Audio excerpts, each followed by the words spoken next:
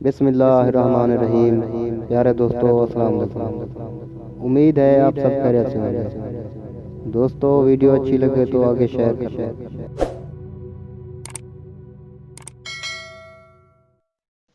بسم اللہ الرحمن الرحیم۔ حضرت عمر فاروق رضی اللہ عنہ کو قاضی القضاء بنانے کا فیصلہ۔ حضرت ابوبکر صدیق رضی اللہ عنہ کے زمانہ خلافت میں حضرت عمر فاروق رضی اللہ عنہ کو منصب قضاء بنانے کا فیصلہ کیا گیا، اور حضرت عمر فاروق رضی اللہ عنہ قاضی القضاء تھے۔ اس وقت بھی مقدمے کا فیصلہ حضرت عمر فاروق رضی اللہ عنہ کی عدالت میں ہونا تھا۔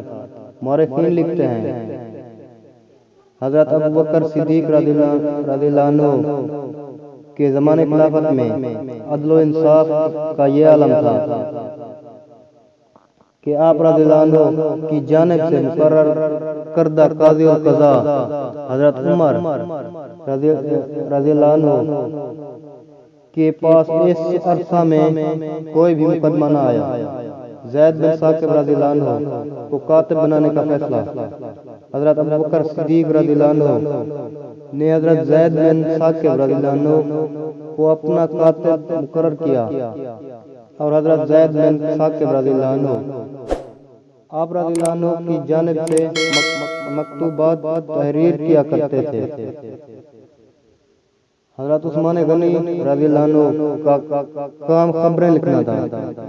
حضرت ابوبکر صدیق رضی اللہ عنہ کے زمانے خلافت میں حضرت عثمان غنی رضی اللہ عنہ خبریں لکھنے کا کام کیا کرتے تھے، اور حالات حاضرہ کے متعلق آگاہی کرتے تھے۔ اگر کسی وجہ سے آپ حضرت عثمان غنی رضی اللہ عنہ موجود نہ ہوتے تو پھر جو بھی موجود ہوتا اسے خبریں لکھنے کا کام سونپا جاتا تھا۔ عوام کو عدل و انصاف فراہم کرنے کا فیصلہ۔ حضرت ابوبکر صدیق رضی اللہ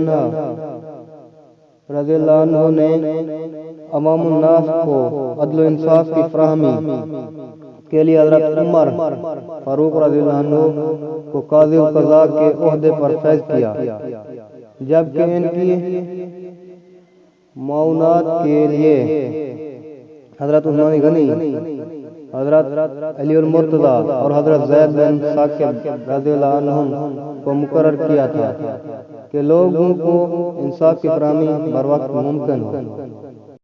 صدقہ جاریہ سمجھ کر آگے شیئر کر دیں۔ تو ملتے ہیں ایک اور اچھی سی ویڈیو میں، تب تک کے لیے اجازت، والسلام۔